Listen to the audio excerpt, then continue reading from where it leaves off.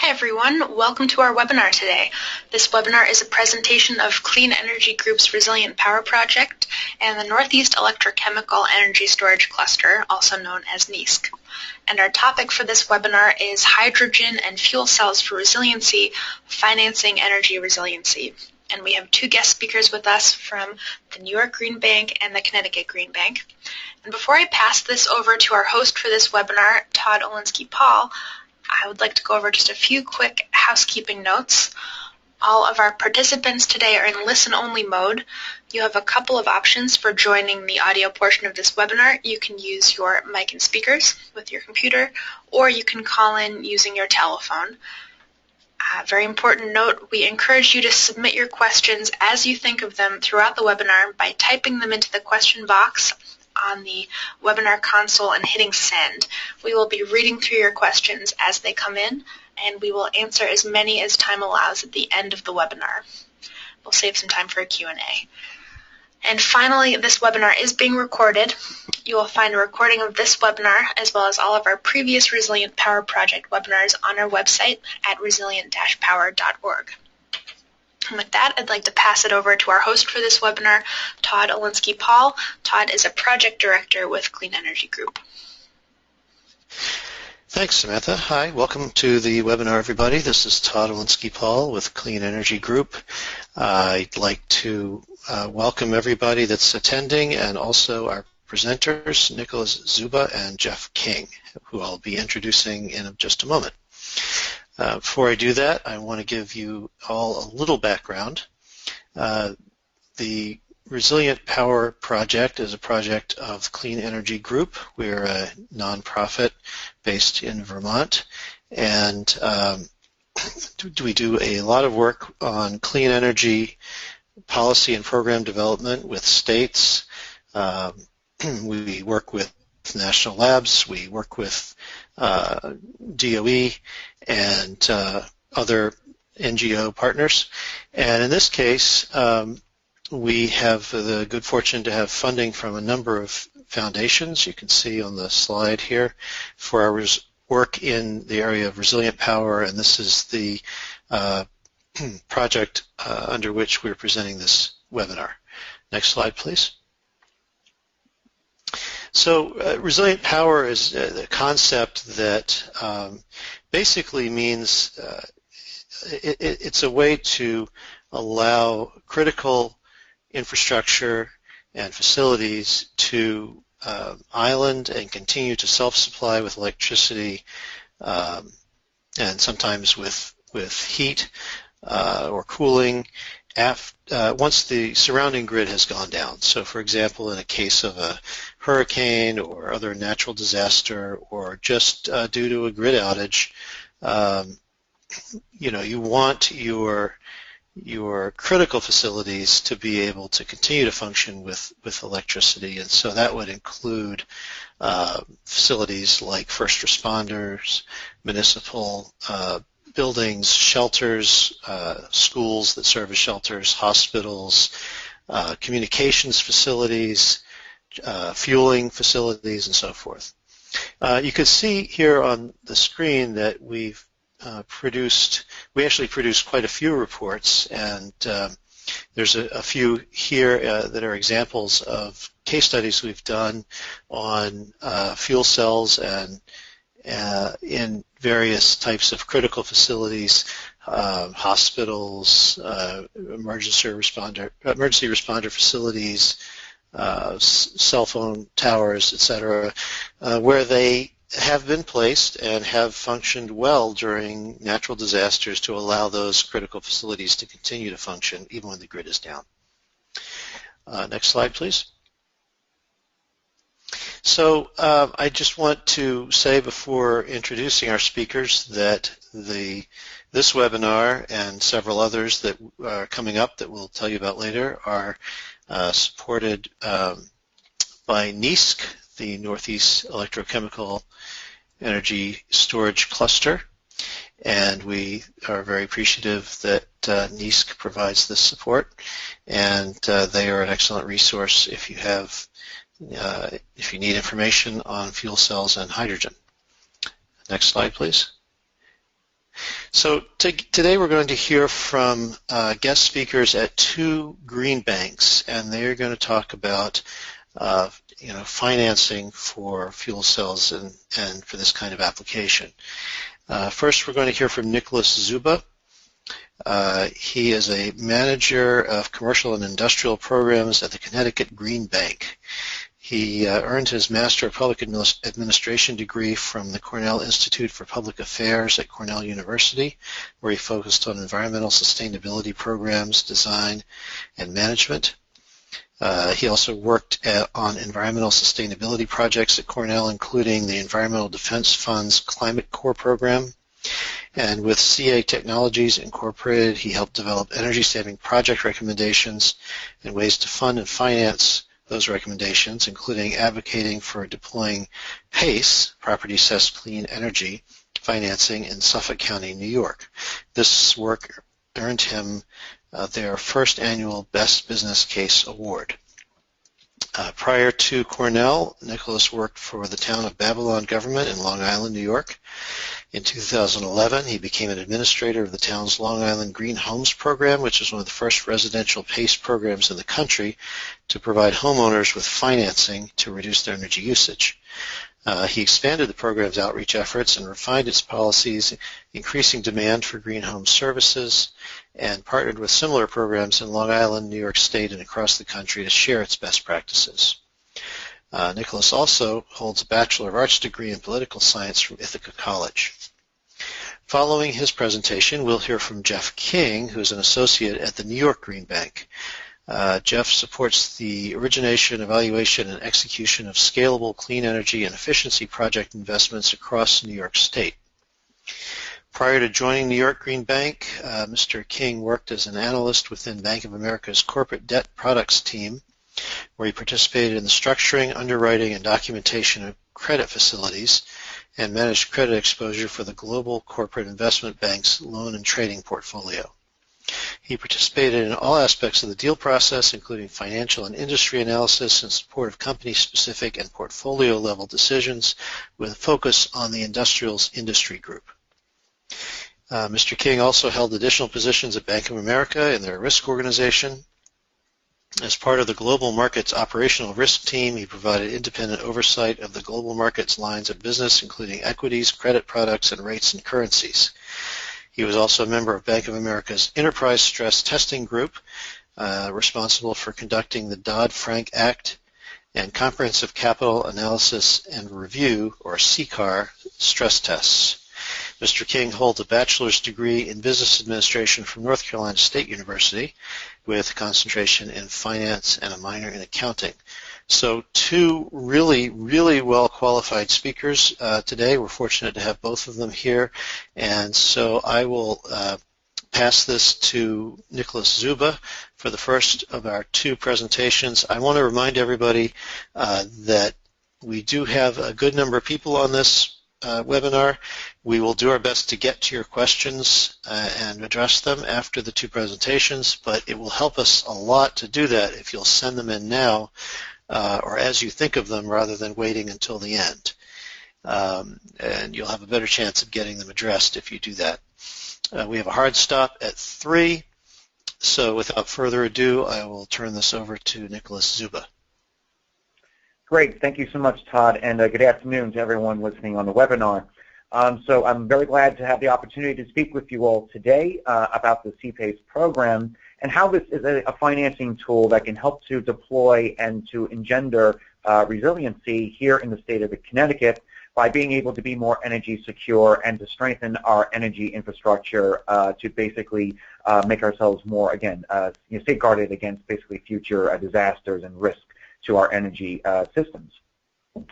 So my presentation today will be broken up into two main parts. First, I'll give you a quick introduction about the Connecticut Green Bank and our CPACE program and how it functions to help to deploy renewable energy sources, including fuel cells.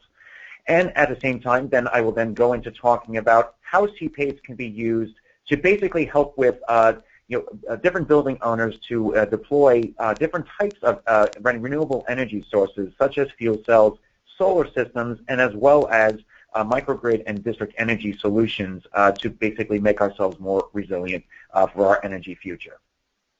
So first, I'd just like to answer the question of who is the Connecticut Green Bank?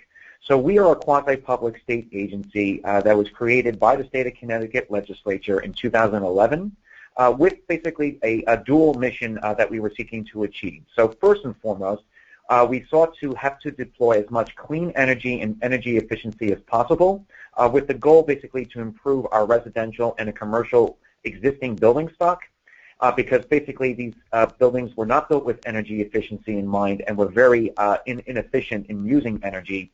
And so we knew that we have to help our building owners who want to make these needed improvements to reduce their energy consumption and the cost associated with that. But at the same time, we have a lot of, these are a lot of costs associated with doing these improvements, and it requires a big investment to do so. So basically, we make sure then to have to leverage as much capital as possible, particularly from the private sector, to pay for these improvements so that building owners then can get access to capital, overcome the upfront impediment to basically paying those improvements, and then basically being able then to deploy, again, this energy efficiency so we can, again, help to strengthen our energy future and as well as to our energy systems that we have in our state. So now let me move very quickly to talking about the concept of the Property Assessed Clean Energy, or PACE for short, and basically in regards to our CPACE program here in the Connecticut Green Bank. So our Connecticut Green Bank provides, in this case, and helps to facilitate 100% low-cost and long-term funding. And when I'm saying long-term in this case, I'm referring to terms that can go out to as many as 25 years, specifically if you're looking to deploy a solar system in your building. And basically with low cost, we're talking about interest rates that probably range anywhere between 5 to 6% to pay on the obligation that's being paid out to install those improvements.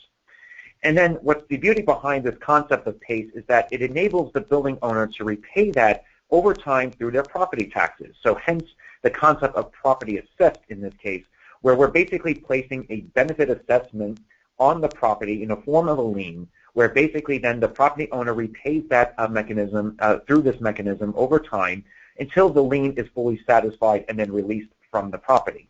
And then the idea is that it gets paid back over time through the energy savings that they get, and it's amortized, again, based upon that initial investment and being able to recoup the investment basically by the energy savings, again, that's being garnered from those improvements.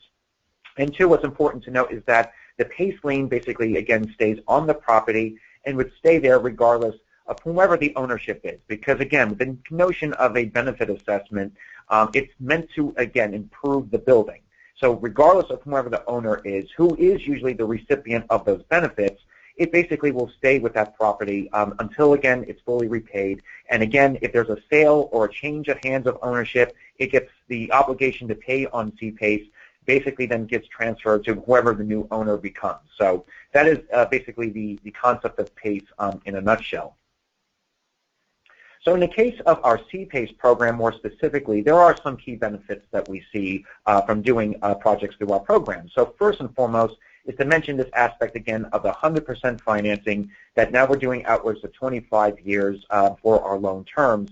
So again, to make manageable payments for our building owners and being able to maximize the net operating income that they can have from doing these projects and the energy savings that they can garner from doing those improvements.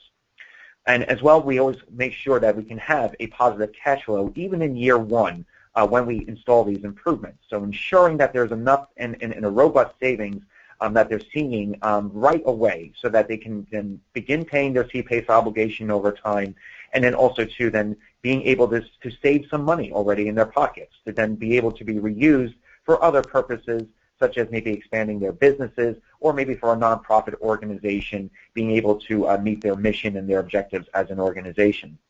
We have a technical underwriting process for our program where we work with a third-party administrator who will work with our contractors and building owners to ensure that these projects that get installed can actually save the energy that they say that they will save. And we also make sure that from an economic standpoint, that these projects make sense to the building owner, so that it's saving enough money for them that they can make their payments in a manageable way and then be able then to, again, benefit from obviously doing those energy saving improvements while they stay within their own building. And of course, the main metric, which is a statutory requirement of our program when we were created, is that we have to make sure these projects have a savings to investment ratio, or SIR for short, greater than 1, and making sure, again, that for every dollar that gets invested out, that another dollar is going to be coming back in to make the payments necessary on the CPACE obligation on the property. And once again, this is, again, an obligation that remains fixed to the property. Irrespective, again, of whomever the owner is on the property, they would have to be responsible for making those payments. And so what kind of upgrades do we cover through our program? Well, it's basically anything that can save energy over the baseline, and as long as those improvements don't go anywhere. Because, again, we have to make sure that those improvements remain affixed to the property, because, again, it's benefiting that specific building in this case to ensure, again, that it's benefiting then whomever the property owner ends up being on the building. So among the types of improvements we can cover includes the building envelope type improvements, so like lighting, upgrades to HVAC, and even like automation and controls. But at the same time, and what we're really here focusing on today, is then also the renewable energy systems in this case. So things like fuel cells, a solar system, or a microgrid, which can ensure that a building owner can kind of remove themselves from their dependency on a more fossil fuel generated source of electricity, and basically then being more energy independent and being secure so they can guard themselves against any future natural disaster or any other stresses that would occur on the electrical grid and other energy infrastructure that we see here within the state of Connecticut. So now let me go into talking about some examples of how CPACE can be used to deploy different types of renewable energy sources. So the first one, and the subject of our webinar, being fuel cells. So let me first explain how CPACE is advantageous in this case with regard to how we amortize our payments over time. So in the case of, say, a fuel cell, we know that basically fuel cells have a really consistent track record in terms of how much energy savings and a really consistent energy savings you're seeing over time.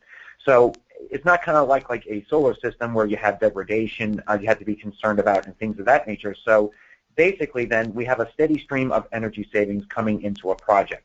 And so that's actually a match made in heaven, you could say, for how we operate in the CPACE program here and how we amortize on our payments, because our payments are also fixed, where it's a flat payment that's, again, dictated by the investment that's put out and as well as what the annual energy savings that can be garnered from our improvements. So at the end of the day, we have to, again, be conscious of the SIR requirement and ensuring we have enough savings coming in each year to pay for those fixed payments. And so by doing that, at the end of the day, we basically then can say then we have a system here that really works well with a fuel cell at the end of the day to be able to pay back on that type of improvement. And essentially what we're able to show and do, as I'll show you in the next slide, if you kind of combine all those value streams of that what I just showed there, which was basically energy savings, as well as there's something called the LREC contract, which I'll get into talking a little bit more about when I talk about the solar system in terms of a contract that's used for utilities here in Connecticut, and as well as to the benefits of the federal investment tax credit. This basically helps to pay for these projects and bring all these added value streams together to pay for the annual debt service on, say, a fuel cell that would be paid for by the Green Bank CPACE program. And essentially here, so you see we have a flat line of payments that has to get made. Again, none of these payments are accelerating, so it'll never a future balance of the CPACE obligation will never come due sooner than it's supposed to. And so this basically aligns very well, again, with how we amortize and stretch out these payments for building owners so it's manageable to them. And so basically, and also too, the thing to note here is that we would probably in our program not pay for these improvements or have the amortization be anything greater than 10 years, because probably around that period of time, you'd be required to do a required maintenance on a fuel cell. So, for example, restacking would normally have to happen around, and industry standards, it varies, it seems, to be what year it would occur, but say between, say, years 7 and 10 maybe, you'll have to put out a major investment to take out plates that basically do the electrochemical generation of electricity and then replace them, and that's usually a very hefty expense to do that. And so we wouldn't recommend in our program to pay for those improvements beyond the 10 years, because again, you're going to have a real sort of impact on your cash flow at that point, and that could impact, therefore, then being able to pay your CPACE obligation on top of all the other expenses that you might incur. So that's basically what we would do in the case of a fuel cell with the CPACE program. So let me quickly now go to a solar system now and how this would look for our CPACE program. So again, you'll see the different value streams here that are associated with a project that can help make it economical for a building owner. And also, too, what's important to note now in this case is that, we want to make sure that, building owners have the opportunity to own their own systems. And they can certainly own their own systems if they wish. And the way we can enable them to want to do that is in being able to have their access to monetizing certain types of value streams that they can then get access to. So that includes things like the federal investment tax credit, which again is at 30% and has now been extended for the next few years at that particular level. And then two, this notion again of the renewable energy credit, or REC for short. So basically in Connecticut, we have different programs called either a ZREC or an LREC, which is a 15-year contract that's set up by the utilities that enables people to get an added cash stream into their project for 15 years and makes it where then the building owner can have a more attractive project to deploy a solar in this case. And so what, again, it enables them to do is to be able to own their own system in this case, and then be able to monetize those particular credits so that they can then pay back over time. Again, as you will see, through a flat payment basically for their project, it's going to be, again, very manageable for them, and being able then to pay for those improvements over, say, the course outwards to a 25-year period, as I was mentioning earlier. And so what's great, too, about this is that they will then be able to then, again, have, again, manageable payments, as I was mentioning, but at the same time, too, they also could have the option to have it done through a power purchase agreement, or even, too, through a solar lease, which can then be done over a shorter span of time if they wish. But again, what's different there is that they would not be able to monetize and get the benefits of, say, the REC programs or the ITC in this case.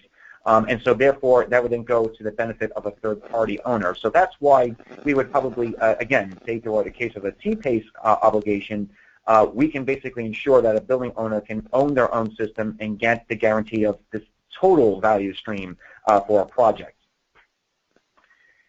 And then lastly, an example of a microgrid, we see that there are many financing challenges to deploy this type of improvement to be more resilient. So there are a number of different challenges that we see. So first, there could be a multitude of technologies associated with a microgrid, and our existing financial structures are really narrowly focused on one individual generator type.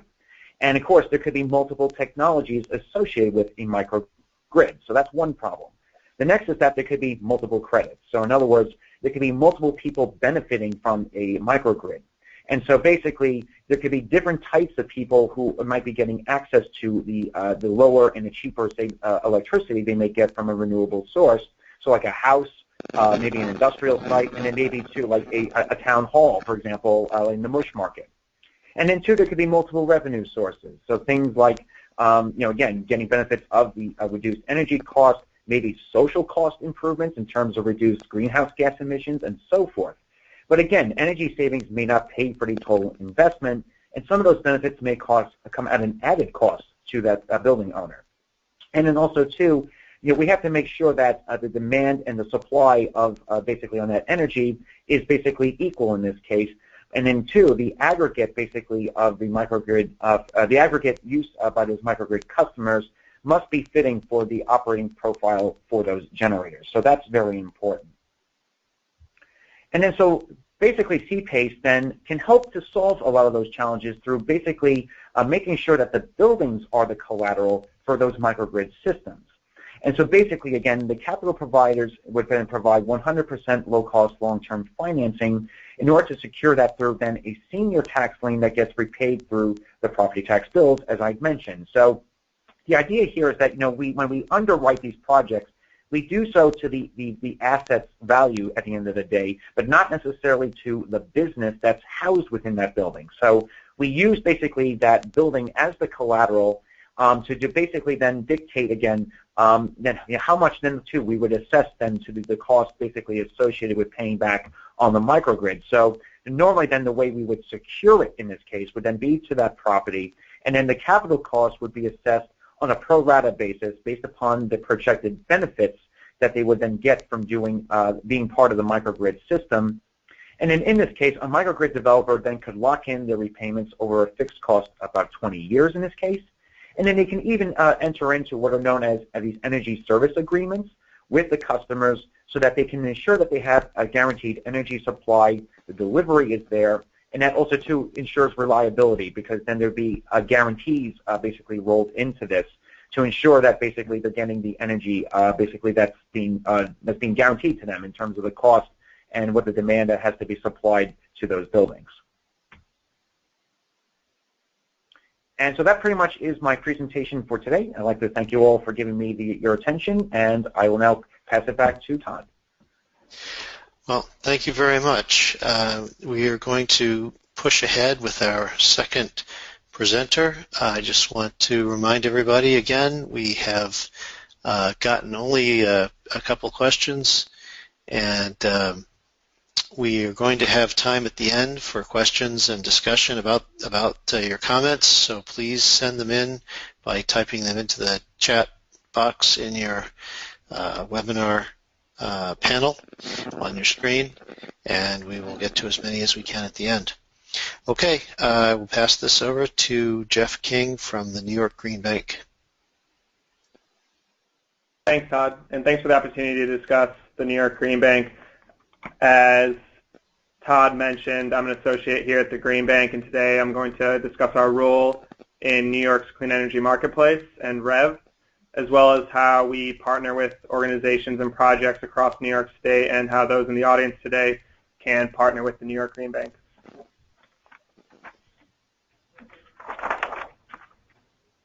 So first I'll start with framing the market opportunity that spurred the creation of REV, or Reforming the Energy Vision. Investment required in New York's energy infrastructure over the next 10 years has been estimated at $30 billion, and that represents a significant near-term challenge. And as we think about New York's future energy landscape, we recognize that there is a need to improve our energy infrastructure and for a comprehensive strategy to create an efficient and reliable, affordable, clean energy system. And that's really what REV is. A helpful story I heard when I first joined the Green Bank was that if Alexander Graham Bell were handed an iPhone, he would have no idea what it was. But if Thomas Edison were to walk into a power plant today, he would know exactly how it works. And that really exemplifies the progress that is still can be made in today's marketplace and what REV is trying to accomplish. As slide 6 depicts, we ultimately want to move away from centralized power to cleaner, local, more distributed power systems. So what is REV? REV is really comprised of 3 main pillars: reforming state programs, of which New York Green Bank is a part of, public investment in energy efficiency and renewable energy, and ground and regulatory reform. Some of you may be familiar with the REV demonstration projects that are currently being undertaken. That's an example of some of the regulatory reforms being made.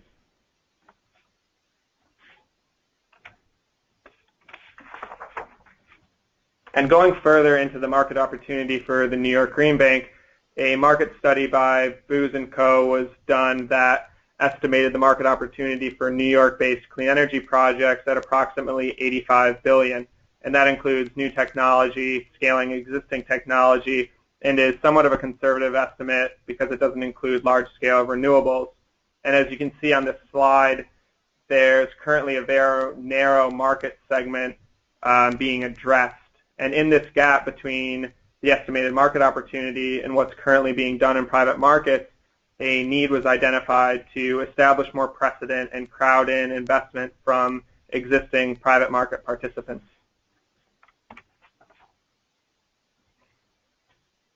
And so the specific constraints that the renewable energy market faces include unfamiliar structures, small transaction sizes, minimal standardization, and other specific structuring issues that historically have limited the investment in renewable energy or energy efficiency.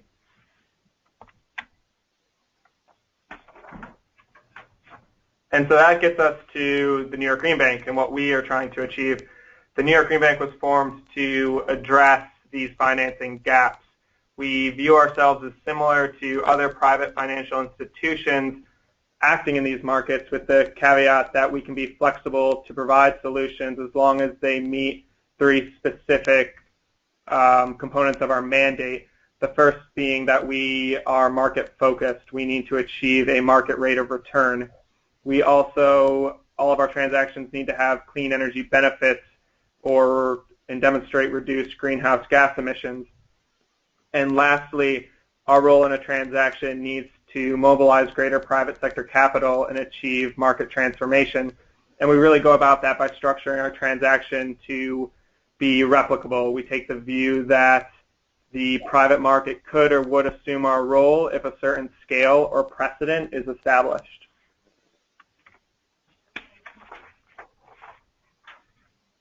And I'll briefly plug our team here. Over the past 2 years, we've established a really great team that has extensive experience across a variety of asset classes and functions, with experience at many of the major players in renewable energy finance.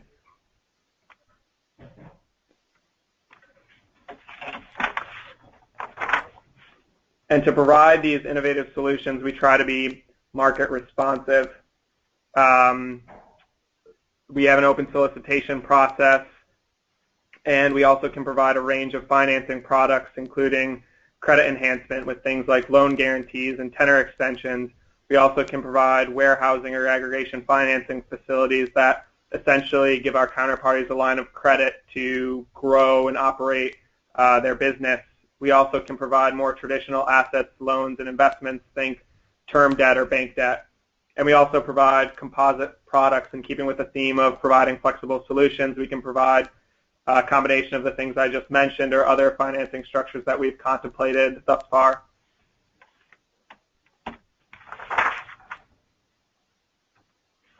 And we have strict investment criteria that we look at when evaluating transactions.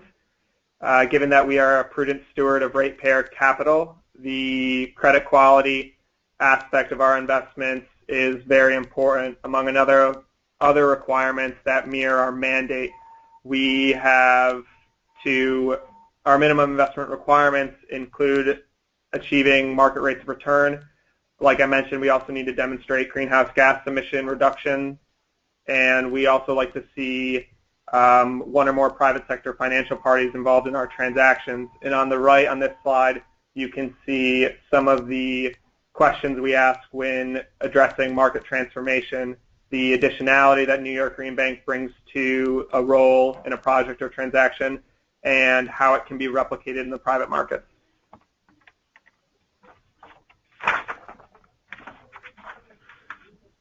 And to date, we've evaluated over $1 billion in financing requests. And on this slide, you can see the diverse asset classes and geographies and end-use customer segments that we have dealt with. And as I mentioned, we have an open solicitation process. You can visit us at greenbank.newyork.gov and see our RFP and see how you can partner with us. We evaluate proposals on a rolling basis and try to be as responsive and helpful as possible. We're actively speaking with stakeholders across New York State on potential projects, and we're happy to answer any questions and discuss potential investments. You can reach us at info@greenbank.newyork.gov.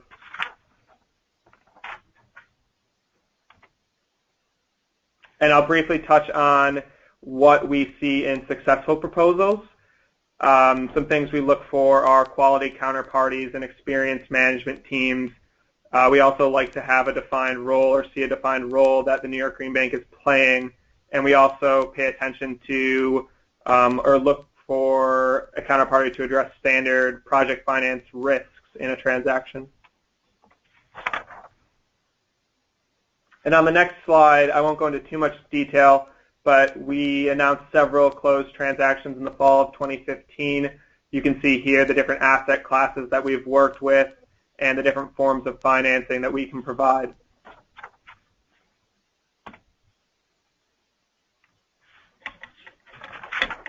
And looking forward, we can show here a few of the segments that we're interested in addressing in the near future. Things like community solar, which continues to be a big focus for NYSERDA in New York State, battery storage, electric vehicle financing solutions, and utility-scale wind, among others, are segments that we are focused on.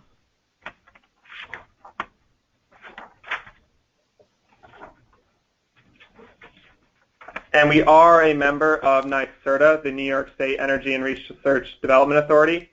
And just want to plug a few of the efforts going on here. NYSERDA recently announced their 2016 main tier solicitation for $150 million towards large-scale renewable projects, and hydrogen and fuel cells are eligible to participate in those. And while the New York Green Bank isn't directly focused in that main tier solicitation, happy to put anyone in touch with the appropriate people at NYSERDA involved in those efforts. And I will back up quickly because I think I quickly passed over one slide that actually says what the New York Green Bank is. We're a $1 billion state-sponsored specialized financial entity, and that $1 billion was recently finalized. So just wanted to address our final capitalization. I think I passed over that quickly, but with that, I think we can open up to questions. Great. Okay. Thanks very much to both of you for the very informative presentations. We do have a number of questions, and if folks want to continue to send those in, I encourage you to do that. We'll get to as many as we can. I always get this question for every webinar that we do, whether or not it will be available or whether the slides will be available. Yes, they will. It is being recorded. It will be posted in our webinar archives along with, both in its entirety with the audio and as just a slide deck, so you will be able to access those shortly. Okay, so we're going to go ahead and go to the questions. One question that I thought was really interesting, somebody wanted to know if you could give an example of a fuel cell project that was able to take advantage of these programs that you've both been discussing. So I guess I'll throw that out to each of our presenters. If you can, give us an example of a fuel cell project that took advantage of a program in each of your respective organizations. Yeah, certainly. I'd be happy to start with here with the Connecticut Green Bank. So regrettably, the answer is no. We actually were working on the process of installing a fuel cell with one building owner fairly early in the CPACE program's history, but unfortunately, in the end, they decided to go another route to go and fund the project. So we came close, but we actually have not had the opportunity, though, to revisit basically doing a fuel cell project. But we're hopeful that this could be an opportunity that another building owner would eventually take up with us. Okay, great. And for Jeff? Yeah, similar answer. We haven't received proposals for fuel cell projects yet. I would say that we have a defined list of technologies we can invest or work with, and fuel cells and hydrogen projects are included, but we haven't seen any to date. Okay. Question for I guess, again, both of you. Well, more for Nick, I think. Can CPACE only be used for Class 1 projects? And could you maybe define Class 1 as well? Yeah, certainly. So I believe what the questioner has been asking about is basically these kind of more or less like zero emission type projects in this case, and basically like Class 1. It can also be like covered through the open markets REC programs in this case, where basically you can monetize those kind of more on the sort of wholesale market. But no, the answer is actually we are more than happy to cover other different types of renewable energy sources and other classes. For example, we have also deployed here in a couple of our YMCAs, as a matter of fact, so nonprofit organizations in Connecticut, the use of combined heat and power type systems, so CHP for short, and basically that falls under Class 3 in this case. So we have actually deployed that in a couple of those institutions where they're basically getting the benefits of being able to reuse waste heat in this case to then be going and used to heat their pools, for example, that are used by the open public. So we have actually been able to do this, basically these kinds of projects that have been outside basically the realm of the Class 1 type projects. But I would say primarily, though, yeah, we've been doing the projects that probably in around the Class 1 area for renewable energy sources.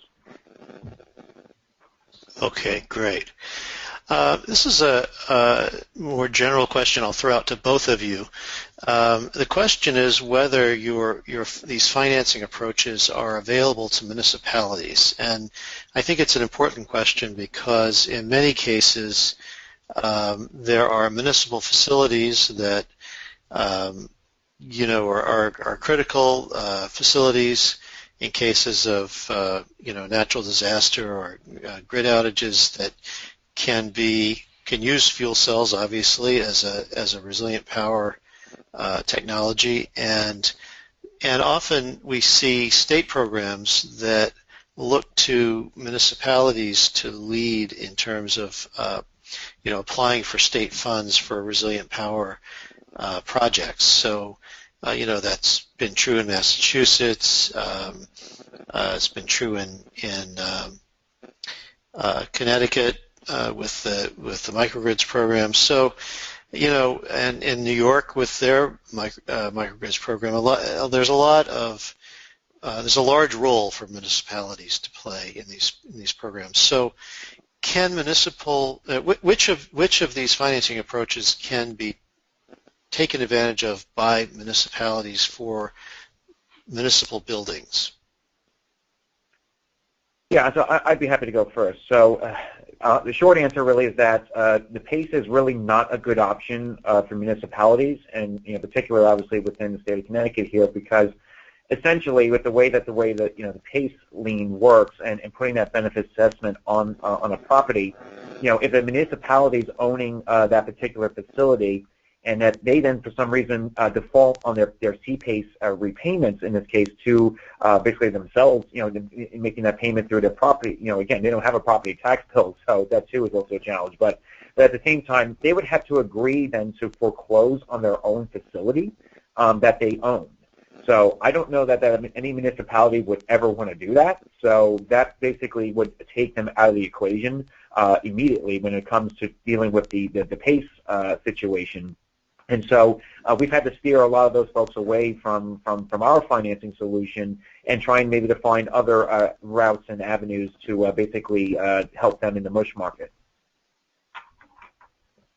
Yeah, and in not a direct way we participated with municipalities, but an indirect way was through a transaction we announced this fall in supporting a similar financing solution, a PACE loan mechanism that helped finance energy improvements for commercial property owners and nonprofits located in participating municipalities. So we are indirectly working with municipalities and with a counterparty who is helping to support PACE loans.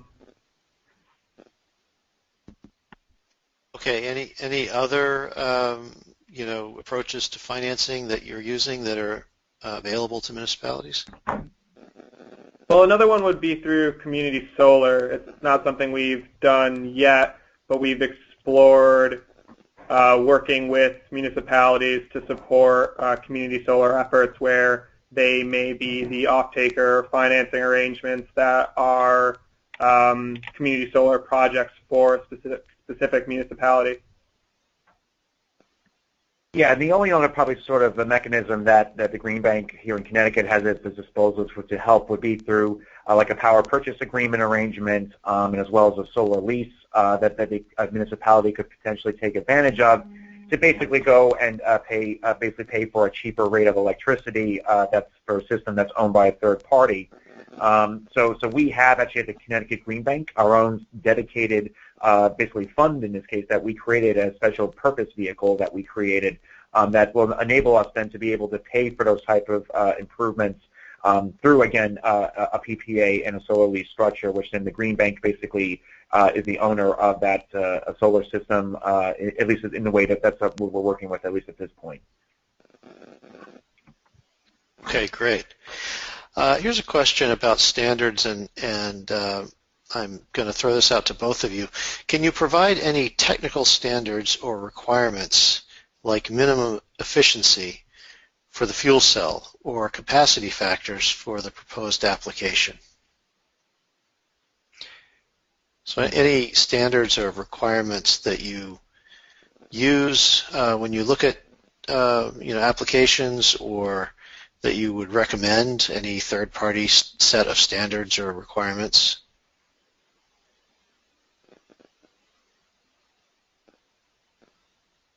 Or is that too narrow a question?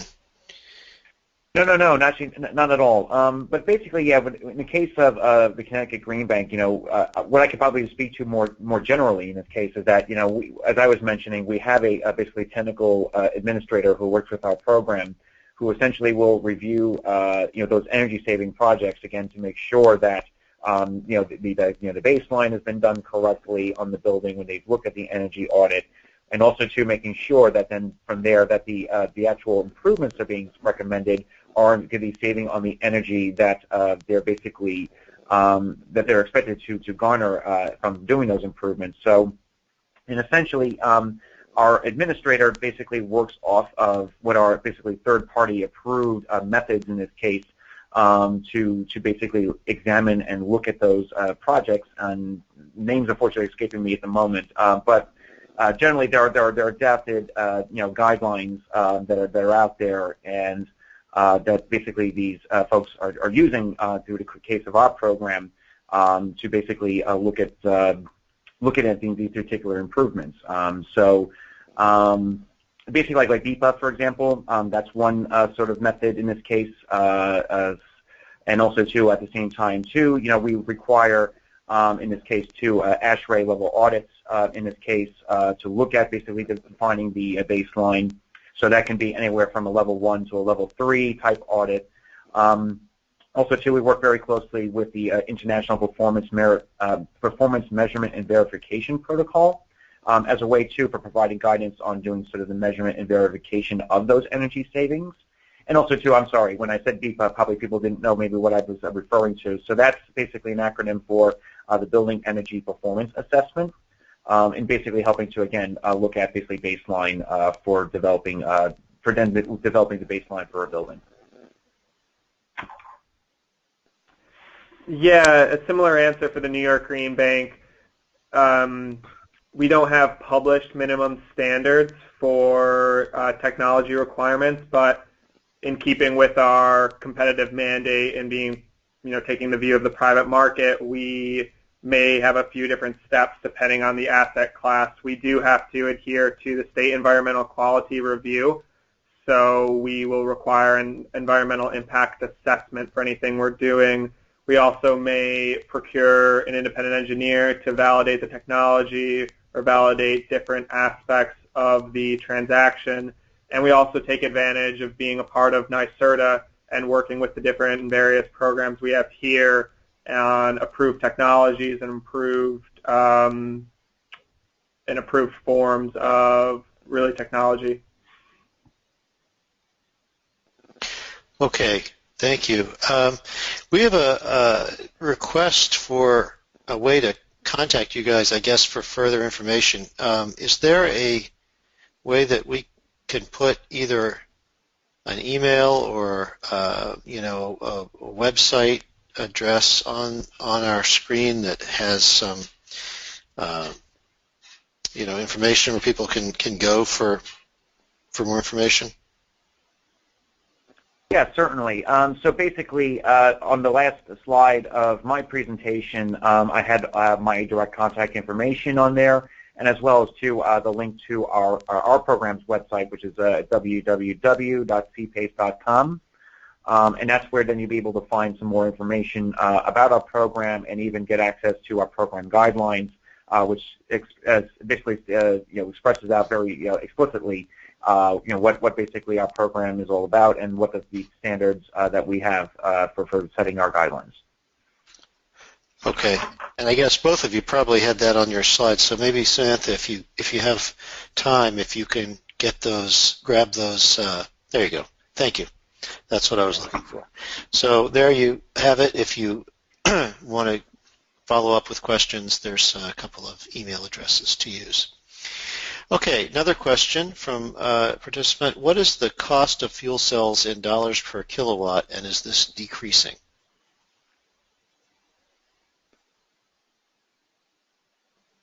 Yeah, that's actually a very good question. With regard to the one project that I could speak to, and at least in our program that we were looking at, and then again, unfortunately, didn't get across the finish line. But essentially, at the time, I think the project was for like about an 800 kilowatt system, and basically, at least I can tell you the per watt cost was I think like $7.50 for that project. But I don't have a good read, though, at this point as to what's happening in the fuel cell market, if in fact prices are going up or if they're going down at this rate. I'm not familiar really with the economics of what's happening in that sphere. But at least that gives you a sense, though, about, again, how maybe expensive a project like that was at least a couple years ago at this point, because that's when that project was looked at within our particular program. Yeah, and I'll take the high road on that question and reiterate that we do have subject matter experts at NYSERDA, so happy to put you in touch with the teams here analyzing those technologies on a very granular basis. If you just want to reach out to me, I can do that. Okay, great. Here's a question about CPACE. Does it require a single entity, or can it be portioned among multiple players when developing a microgrid project? Yeah, that's a great question. So with the way that what I was describing with regard to the microgrids in this case is that, we basically can have it where the capital cost associated with basically deploying a particular microgrid system is that it can be apportioned basically to each of the participants on that grid based upon a pro rata basis. So in other words, it's really going to be dictated then, in terms of how much, demand that they're drawing from that system as a percentage of the whole, in this case, with regard to then how much supply of energy is being produced by the central source that basically it's being generated from. So that's basically then the way that we would approach it with the CPACE program, is that we would essentially then be able then to apportion this to each of the peoples who would be on the microgrid in this case. Again, all dependent upon really how much they draw and how much benefit they're getting from that particular system. So again, they're not paying more or less than what they should be because of how much demand that they're drawing from that energy source. Okay, thank you. This is a question that I have, and we come back to this question frequently. So I'm wondering if either of you might be able to shed some light on it. It has to do with the value of resiliency. Now, obviously, a lot of the time we look at these resilient power projects, and you say, okay, we're going to install a fuel cell, and we're going to provide benefits in terms of fuel, energy cost savings, maybe other benefits. Maybe you can play in the demand response market or something like that. And we're going to try to stack these benefits to pay for the cost, the installed cost of the equipment. And we're also providing a resiliency benefit to the host facility, but that's not monetizable because there's no market for resiliency, even though we know it has an enormous value to the community, to the facility, to the businesses that occupy the facility and the surrounding community, et cetera. And so I'm wondering, is there any, and as I said, we come back to this frequently, is there any progress being made that you know of, either in the insurance industry or in the banking community, to start to assess the value of resiliency in different applications? And I know it's a very broad question, but curious whether it's something that you run into. Yeah, that's certainly a good question to ask. I mean, In terms, at least, of what I've been hearing about in the insurance market, the only things that I've actually heard about is that now more and more insurance companies are starting to incorporate the notion of climate change now into their underwriting process, to basically acknowledge that this could have an impact, obviously, on premiums, and they're trying to guard against, obviously, any risk due to basically loss due to, say, an event that might be attributed to changes of our climate. So I know that that's certainly one thing I know that I think insurance companies that I've been hearing about have been starting to do in order to assess for that. The only other thing I can tell you about is with regards to how these particular renewable energy sources are being viewed, at least within the appraisal community. So there's been a lot of work that's been done by the likes of like an appraisal institute and as well as the Appraisal Foundation, which is more of a policy arm, and where they've been developing guidelines and different sort of ways to evaluate and value these sort of energy saving improvements, to see what it can do to actually add value to a building in this case. So that certainly is one way that we've been noticing that maybe resiliency is starting to, and putting those type of renewable energy sources is maybe starting to be monetized now. So in the form of improving basically the value of the asset that's being improved, at least in the case of our PACE market in this case. So we've been seeing it that these institutions have been then developing ways to say that now the discounted cash flows from the energy production from those particular renewable energy systems can now be added back into now the total value of the building. Then should they actually then decide to then sell their building in the future, they're now going to have an improved building with a higher basically a value to that building that now they can now put on the market to show that they are now a more resilient building, and that they can actually show that now they are guarding themselves against any future risk that might be occurring with regard to natural disasters or, again, stresses to the energy grid. So that's at least a couple of things that I've been hearing about in the marketplace with regard to how these types of systems are being viewed and how they're reacting against any sort of climate losses maybe in the future.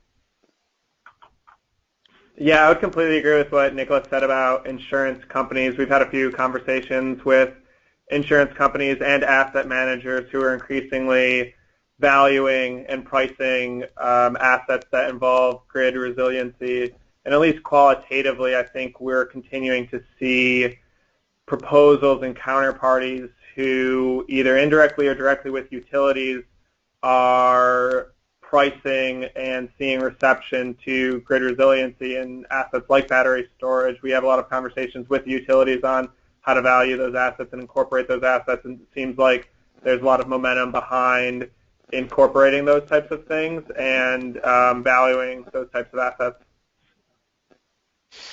Okay. Well, thank you both. We do have some more questions. I apologize we didn't get to all of them, but we do have a hard stop in 1 minute at 3 o'clock. So we're going to have to wrap up.